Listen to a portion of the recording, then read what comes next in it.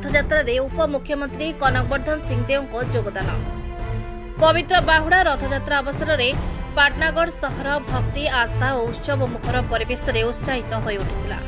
एही पावन अवसर में ओडिशार उपमुख्यमंत्री कनकवर्धन सिंहदेव साधारण जनता और हजार हजार भक्तों सह मिसी महाप्रभु श्री जगन्नाथों पवित्र रथ टाणिथिले।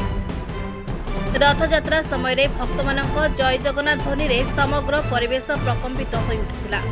उपमुख्यमंत्री भक्त मानक सह रथ टाणी महाप्रभुଙ୍କ प्रति निजर गभीर भक्तिभाव प्रकाश करथिले। एही अवसर में से महाप्रभु श्री जगन्नाथों निकट में समग्र राज्यवासी सुख समृद्धि शांति और सर्वांगीन कल्याण कामना करी आशीर्वाद भिक्षा करथिले। तांकर एही योगदान को उपस्थित भक्त और साधारण जनता स्वागत करथिले। बाहुड़ा रथयात्रा को नहीं पाटनागढ़ में व्यापक उत्साह परिलक्षित होता। श्रद्धालु मानक भीड़ भक्तिमय परिवेश और धार्मिक उत्साह मध्य शांति श्रृंखलार सह बाहुड़ा रथयात्रा संपन्न होता। Bureau report Pratishabd TV.